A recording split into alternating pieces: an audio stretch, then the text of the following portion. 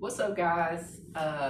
This has been a minute since I did a YouTube video. I'm gonna get back on it, and I am so happy to have my friend Moe Kharizma. This is my first interview in a while, and it's gonna be a good one because I want her to tell her story and what she's been through and what she's overcoming. And so she's a mom, a wife, a realtor, investor. She do a little bit of everything. So I want to just go ahead and get started. Mo, tell us a little bit about yourself. Well, just to piggyback, I am a lot of things that she's already mentioned. So, but I think in a nutshell, I'm a Libra. My birthday is Monday. So, Happy early birthday. thank you. Happy solar return to me. I think that pretty much encapsulates who I am to my core. I am a lover of the people. My passion is helping people. So anything that I can do to help others is what drives me. So that's what I'm known for. And also, I was an athlete. So shout out to Dunkerville class up. I ain't gonna say what class I'm in because it ain't none of y'all business. However, just know we put them through there, state champs, and I went on to play Division I basketball. So went to college on a scholarship. I hold a master's degree in professional counseling. I hold an expired LPC. So I am a licensed professional counselor, even though I'm not in the field. I am a certified school teacher, although I'm not in the field. And now I am a 100% full-time entrepreneur. And I went from making six figures through banking at Bank of America to being in business for myself, but forcefully, because I was put on disability. So I have a bit of a retribution, rebirth story, but that's me in a nutshell. Okay. So what made you want to tell your story today?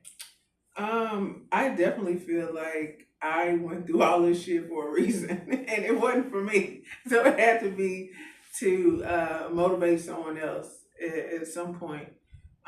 Because after about the first 2 years of going through turmoil, I was like, now hold up, I got the lesson. Like, it's time. So it wasn't though in divine timing. So my time was my time. But as I experienced life in what was to me the lowest time in my life. Okay, third question was, okay, let's start when life really started to change with your health. I remember the day specifically because I had already experienced 3 miscarriages, 2 second trimester, and 1 at 8 weeks. And so they were unexplained. So when I got pregnant with my son, I went to a maternal fetal medicine doctor at Baylor in Dallas, and he checked my kidneys, and my creatinine was a 3.1. And they called me that next day and said that I had to get on dialysis at 16 weeks pregnant in order to save my child's life and also my own. So that's what I did. The next day, 4/19/2019, they put a port in my chest. I still have the scar here. And I started dialysis, which, because I was pregnant, I had to go every day except Sundays because they were closed.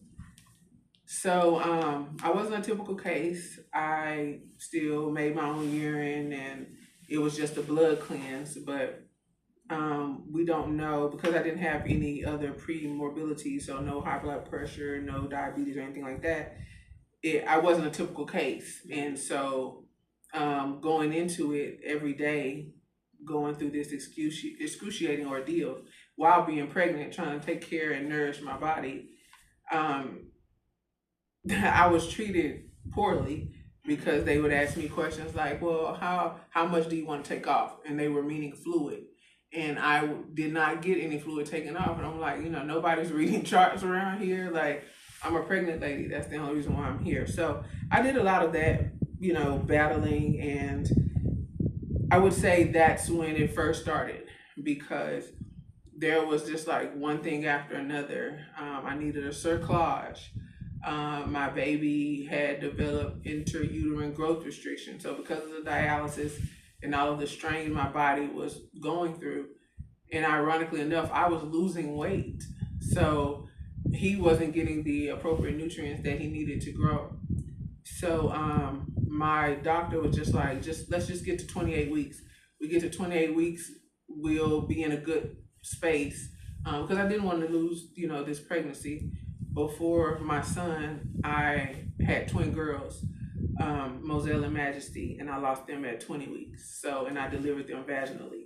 So this was already a stressful situation. It was just like, I have 4 angel babies, and I'm pregnant now. So of course, everybody was rooting for him to get here safely. So that was the goal, 28 weeks, and I had him at 29 weeks. So he was 1 pound. So he fit in my hand, the smallest little thing, but he was born breathing on his own, and he's doing amazing. He's now 6. Yeah, so he is phenomenal, very gifted child, very smart, and just a mini me. So I don't know if I should be excited or nervous, because he gives you the empath, the feeler, the seer. Like, he's very gifted in that manner. However, he give you that who you talking to, or I need my privacy. He want to be alone. So he was supposed to be a Libra, but because he was so early, he is a Leo, and he missed Cancer by 1 day. Therefore, so he has all of these emotions, and also with that asshole. So he is definitely my greatest accomplishment, my greatest gift. So, and I tell him that each and every day. But so I was able to get off dialysis for 2 months after I had him. However, my kidneys did not regain function. So therefore, now I'm on a dialysis regimen. And so I needed a transplant. So several people came forward to get tested, and they were turning people away left and right. You too tall, you too fat, you too short. You have high blood pressure meds. It was just like a very difficult thing. But there was one person that kept making it through the ranks. So here I am. I have a living donor that's a match. But because it was during COVID, it was a lot of delays, and I became familiar with the politics in medicine. And unfortunately, 5.5 years later of absolute hell, torture, going through dialysis, I have been transplanted since 12/6. So I just celebrated 10 months. And so that was like definitely, where my health scare started. And during that time, I almost lost my life, because they had me on PD dialysis, which was not enough clearance. But I also lost my ability to walk. I could not care for myself. And here I am with this child whom I've been granted the opportunity to get him here safely. I can't even raise him. And so that was very disheartening for me. And we started making moves to prepare for me to die. And I just finally said, why am I gonna let these niggas kill me?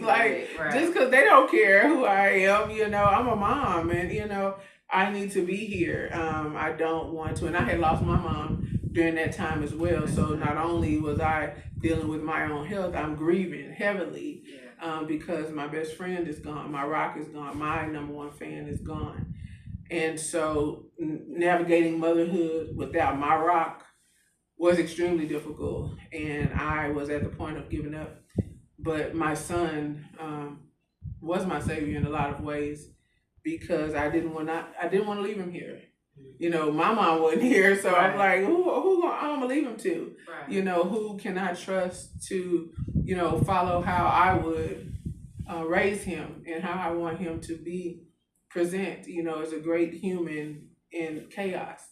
Because I brought him into foolishness. There's some straight foolishness going on, but he's such a gift that I feel like he can absolutely change the world. So, what would you say to somebody like going through something and the doctor's not listening?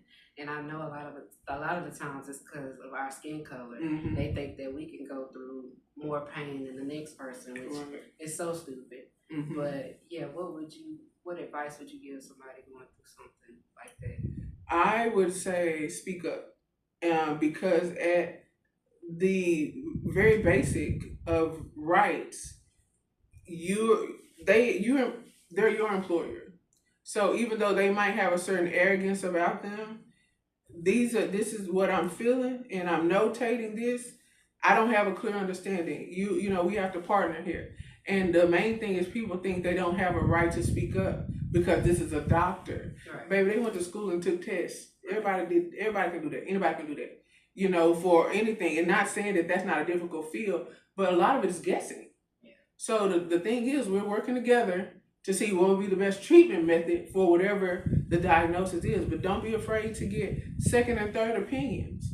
Like, it's okay. Don't just take one person's word for it. And don't just think that just because somebody's your same skin color that they're going to take care of you. Right. You have to really vet people, everybody, and treat them the same. Don't think that race is going to treat you either way, right or wrong. You just come with your expectations, come with what you are needing, and making sure you're standing on that and affirming what it is. And if you're not getting what you need, on to the next. Yeah, so that's what I definitely do. But I was labeled a behavior because I very much spoke up for myself.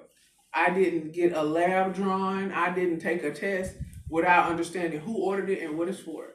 Like, I'm not your science experiment. And I mean, I know y'all are making money, but no, niggas. So, I very much so had to stand my ground, but knowing that you have a voice and, being clear on voicing what you need. I totally agree with that because I might not be here had I not done the same thing. Mm-hmm. And the first doctor was black. Mm-hmm. She was not moving fast enough. Mm-hmm. So I went on to the next one. Yeah. But I want to ask also, like, how were you feeling, like, emotionally, mentally, going through all of this, especially losing a mom, Mm-hmm. and having to deal with this? Like, how did you deal? I lost my mind. And I mean that figuratively and literally, because like I said, I was on PD dialysis, so there was not enough clearance. So toxins were going to my brain. And so I was literally losing my mind, and I felt like I had already died. And this is what's crazy, because I remember it like it was yesterday. I have the memory of an elephant. Literally, and things are just coming back to me as well. But I was in the car, and that song, Cleo, When I'm in Your Arms, or that song. So that song had just come out, and because I was hearing it so much, I was like, "Oh, this must be my heaven," because all I have is like my family. But I'm looking at myself down in the car, and my head is literally out of the window, and I can see myself, but I'm like up here watching myself. And I'm listening, and I'm hearing that song, but I'm driving to the hospital, or I'm being driven to the hospital. But again, I'm having out of body experiences, but I'm really experiencing it, but I'm outside of myself. And I thought I wasn't here anymore because my soul and my spirit, it was not connected to my flesh. That's how out of it I was. So it was so difficult because there was a shift in reality in my mind. And then I remember laying in the bed, and because of the type of dialysis I was on, it was at home and it was overnight. So I started out 9 hours, and it was 12. It was so much, but you're just laying there with these tubes connected to this machine as it's cleansing out your system. And I just was crying because I'm like, I am literally just gonna lay down and allow them to take my life, and so at the time I had text like, "Hey, watch over my baby. I'm about to call 911, have them come get me," and that's exactly what I did. And I was put back on hemodialysis, so they put another catheter in my chest, and that's how the story goes. That next week, I feel loads better. I could taste my food. I was able to start eating. like it was so much just, and it's amazing to me how one organ could change your life like that. Just I'm fascinated by how the body works anyway. Yeah. Just as a being, but just going through that experience in itself was life changing to me. It's evolution, and as a segue, it also changed the trajectory of what I've always known all my life, like unlearning indoctrination and coming into my spiritual self, like recognizing, the divine and God in me, and not subscribing to Jesus or that whole thing. I was non-denomination anyway, even though I'm a member of a Baptist church. I'm a member of Friendship West, but that was the church that my mom had joined, and so she served on the VIP committee. So it was as to honor her as to why I joined, and I also joined the committee as well. But I also joined just to gain an understanding in developing the relationship with God who dwells within me. So, like when I tell people did I join church, they're like, but I thought you wasn't on that. I'm like, I'm not, but I want to learn for myself, because I can see the intricacies and how, the Bible was fed to us and what the plan was. But I also know that I feel connected to a source as well. And just understanding the learning and unlearning and what's really true, that's the path that I'm on. So that's a part of my journey. So, and if you're in your feelings about that, well, I don't know what to tell you. Right. Because she is so true about people teaching us stuff that it ain't all what they say it is. Right. And half the time, a lot of times we stray away from the church just because of all the negative things that church people do. They got their own stuff going on. You're weaponizing the Bible, but everything that you're saying is counter-conducive to what you're showing. May your actions match your convictions. Right. So, and if you have none, then what you're saying is rubbish. So, and you can't whoop my ass, trust me. So, I mean, I'm not even tripping. I'm packing right now. So, boom, right. You're gone. You know what I'm saying? So we don't want that, because remember, I'm for the people. And it's God in all of us. So whatever you say, whatever. Yes. You go deal with your own stuff. Yes, please do. How you feel like you should. Please do. Just walk that walk. That's all I would say. So that part. That's it. So where are you now? Like how is Moe now? Moe it's good. Again, I'm still evolving. I'm still unlearning and learning. With my solar return approaching on Monday, I feel anew. There's still so many things changing in my life, and you can catch those on YouTube. If I could get that editing down and get that content out, Moe_Kharizma. And that's a nice hat. What's that hat say? This hat is Uppity Negro. Shout out to Art Lovers, Houston, Texas, but she ships. So you can find her on IG and TikTok and everywhere else, I'm sure, but it's Art Lovers, LUVAS. I think we're going there next week. Yes, because I remember I said I'm right with you. We're going next week. Okay, I said I'm right with you. Check it out. Nice. And these letters are my illustrious sorority. Delta Sigma Theta Sorority Incorporated. You're going to get a lot of fans with that. Yes. Well, Moe, it was a pleasure to have you here with me. Thank you for, I ain't done it in a minute. It's been a long time coming too. You it's been over a year. It's been a minute. Yeah, because I was still on dialysis when we first started talking about it. Yeah, we kept going back and forth, and like, I'm just like, now it's like I gotta start doing it again, even if I have to do it by myself, because I know that there's something greater out of all of this, and your story is gonna help somebody. That's what it's all about, us helping out people. So I really appreciate you coming through. Well, it is my pleasure. 930,000 flights of stairs. Well, you guys, Moe is still standing. She don't keep standing. I'm a survivor. Yes. So I just want to say thank you for watching, and Love somebody. Love on somebody. Be kind. Be kind, and let's all make it through this craziness that we might be going through right now. We are going through it. She put 20 on 10. Ain't no might. It's going down. But I am a sovereign citizen of Oakland, Texas. So I don't subscribe to the same stuff y'all do. However, I want you to be safe. Hashitashi and all the things. Watch your back. All right, y'all. Thank you for watching. Good night. Good night.